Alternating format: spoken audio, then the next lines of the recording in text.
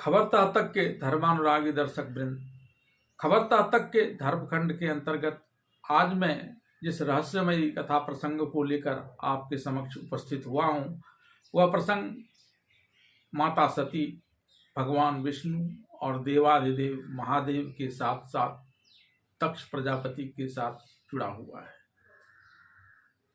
इस प्रसंग के अनुसार एक बार माता सती के पिता दक्ष प्रजापति ने एक बड़ा यज्ञ का आयोजन किया। इस यज्ञ में उन्होंने अपने सभी जमाता सहित प्रमुख देवताओं, ऋषियों, मुनियों को आमंत्रित किया, लेकिन देवाधिदेव महादेव को उन्होंने आमंत्रण नहीं दिया। जब सारे देवता आकाश मार्ग से दक्ष के उस यज्ञ में शामिल होने के लिए आ रहे थे, तो उनके द्वारा माता सती को जब अपने पिता के यहाँ इस यज्ञ के होने की जानकारी मिली, तो वे वहाँ आने के लिए मचलने लगी और भगवान शिव शंकर ने भी उन्हें अपने गणों के साथ वहाँ आने के लिए विदा कर दिया। इससे पूर्व यज्ञ में जब महर्षि दधीचि आए और उन्होंने वहाँ भगवान शिव का स्थान नहीं देखा, तो वे यज्ञ स्थल से यह कहते हुए वर्गमन कर गए कि जिस यज्ञ में भगवान शिव शंकर का स्थान नहीं हो, वह यज्ञ तो कभी पूर्ण हो ही नहीं सकता, और न सिर्फ वह यज्ञ पूर्ण नहीं हो सकता, वरन वहाँ भारी दुर्गति भी होती है। इन बातों को सुनकर बहुत सारे देवता, ऋषि, मुनि दधीचि के साथ चले गए, लेकिन कई देवता, ऋषि, मुनि वहाँ इस उम्मीद में बैठे रहे यज्ञ को परिपूर्ण कराने के लिए कि उन्हें दक्ष का विशेष सम्मान मिलेगा। इन देवताओं में भगवान विष्णु भी शामिल थे और वे वहाँ यज्ञ पुरुष के रूप में मौजूद थे। इसके बाद माता सती जब अपने पिता दक्ष के यहाँ पहुंची और यज्ञ स्थल पर गई, तो उन्होंने भी वहाँ भगवान शिव शंकर का स्थान नहीं देखा। कुपित होकर उन्होंने अपने पिता दक्ष से यह बात पूछी और फिर सारे ऋषियों, मुनियों, देवताओं को संबोधित करते हुए, उन्हें धिक्कारते हुए उस यज्ञ की हवन कुंड में कूदकर अपनी प्राणाहुति दे दी।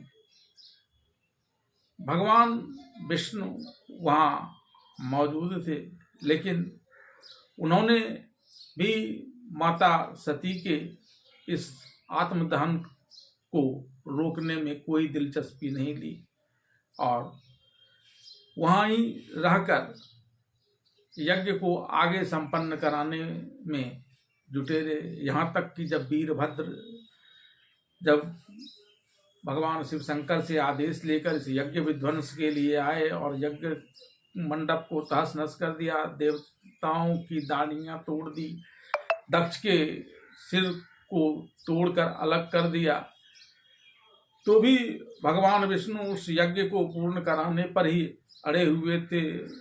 और जब वीरभद्र ने उन्हें तिरस्कृत करते हुए गंभीर रूप से घायल किया, तभी वे वहां से हटे थे।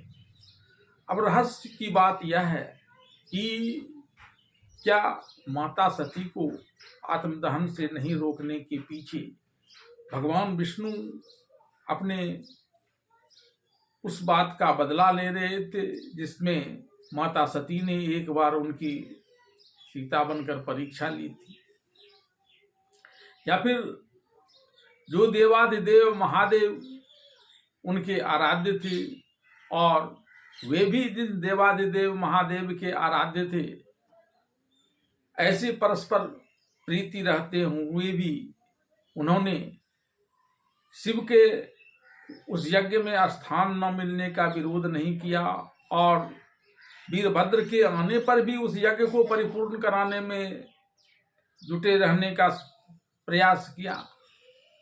तो इसके पीछे क्या रहस्य था? क्या वे शिवद्रोही हो गए थे या उनकी मति मारी गई थी? ऐसा ही प्रश्न नारद ने भी अपने पिता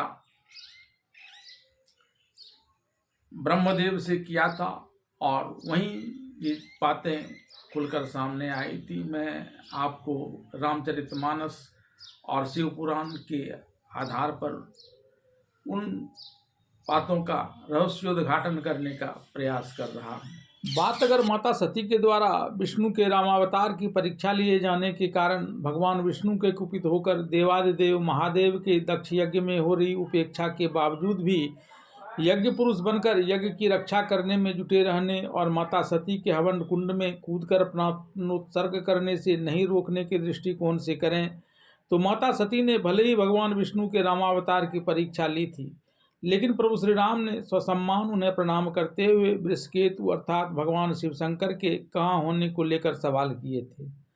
रामचरितमानस में वर्णन है, जोरी पानी प्रभु किन्न प्रणामु, पिता समेत लिन्न निज नामु, कहेउ बहोरी कहाँ वृषकेतु, विपिन अकेली फिरऊ के हेतु। इतना ही नहीं, जब वेद खुल जाने पर माता सती के मन में काफी संकोच हुआ और वे सभी महेश के पास जाने लगी तो प्रभु श्री राम ने माता सती को दुखी जानकर अपना कुछ प्रभाव प्रकट किया। रामचरितमानस में इसे लेकर बड़े ही सुंदर शब्दों में तुलसीदास जी ने इसका वर्णन करते हुए लिखा है, जाना राम सती दुख पावा, निज प्रभाव कछु प्रगट जना आवा। ऐसे में प्रभु श्री राम ने माता सती से अपनी परीक्षा लिए जाने का बदला लेने के दृष्टिकोण से ऐसा किया हो यह बिल्कुल ही निरर्थक हो जाता है और भगवान विष्णु का ऐसा स्वभाव भी नहीं था। अगर इस प्रसंग को एक दूसरे दृष्टिकोण से देखा जाए तो भगवान विष्णु की मति मारी जाए ऐसी तो कल्पना भी नहीं की जा सकती है। सर्वज्ञ होने के कारण बहुत वर्तमान और भविष्य की किसी घटना के घटित होने की जानकारी उन्हें ना हो ऐसा भी न हो सकता है। भगवान शिव के प्रति उनके मन में प्रीति ना हो यह तो कदापि संभव नहीं, लेकिन कुछ बात तो ऐसी जरूर थी जिसके वशीभूत होकर भगवान शिव के दक्ष प्रजापति के यज्ञ में अवहेलना होने के पश्चात भी भगवान विष्णु चुप रहे। माता सती ने हवन कुंड में कूदकर अपने शरीर का दहन कर दिया, लेकिन उन्हें बचाने के लिए कुछ करने की जगह वे चुप रहे।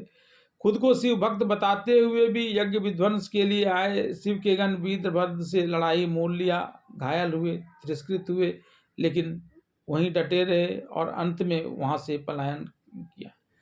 शिव पुराण में नारद ने ऐसा ही प्रश्न अपने पिता ब्रह्मदेव के समक्ष रखा। इस पर ब्रह्मदेव ने कहा कि भगवान विष्णु तो सर्वज्ञ हैं, भगवान शिव के प्रति उनके मन में अपार प्रीति है, लेकिन भगवान शिव के ही नहीं अपितु भगवान शिव के प्रिय ऋषि दधीची के लिए एक शिव का मान रखने के लिए ही वे दक्ष यज्ञ में शिव के गणों के द्वारा इस प्रकार से तिरस्कृत हुए थे।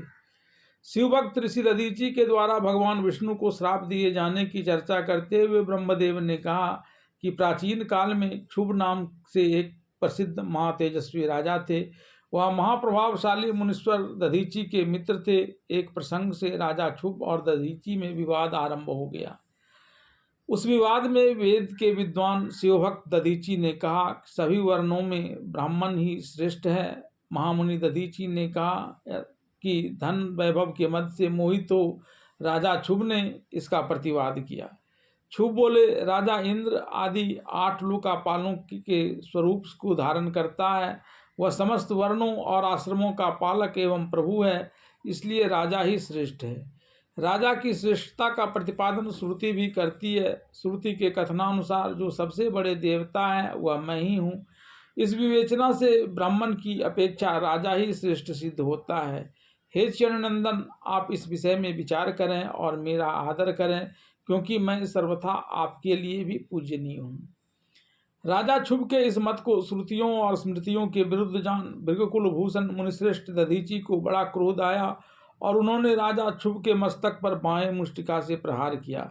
इस मुष्टि प्रहार से कुत्सित बुद्धि वाले राजा क्षुभ अत्यंत कुपित हो उठे और वज्र से दधीची को काट डाला। पृथ्वी पर गिरने के दौरान ऋषि दधीची ने शिव भक्त शिरोमणि तथा मृत्युंजय विद्या के प्रवर्तक शुक्राचार्य का स्मरण किया। तब शुक्राचार्य ने आकर तत्काल उनके अंगों को जोड़कर उन्हें पूर्ववत करते हुए भगवान शिव का पूजन और ध्यान महामृत्युंजय मंत्र से करने का उपदेश दिया।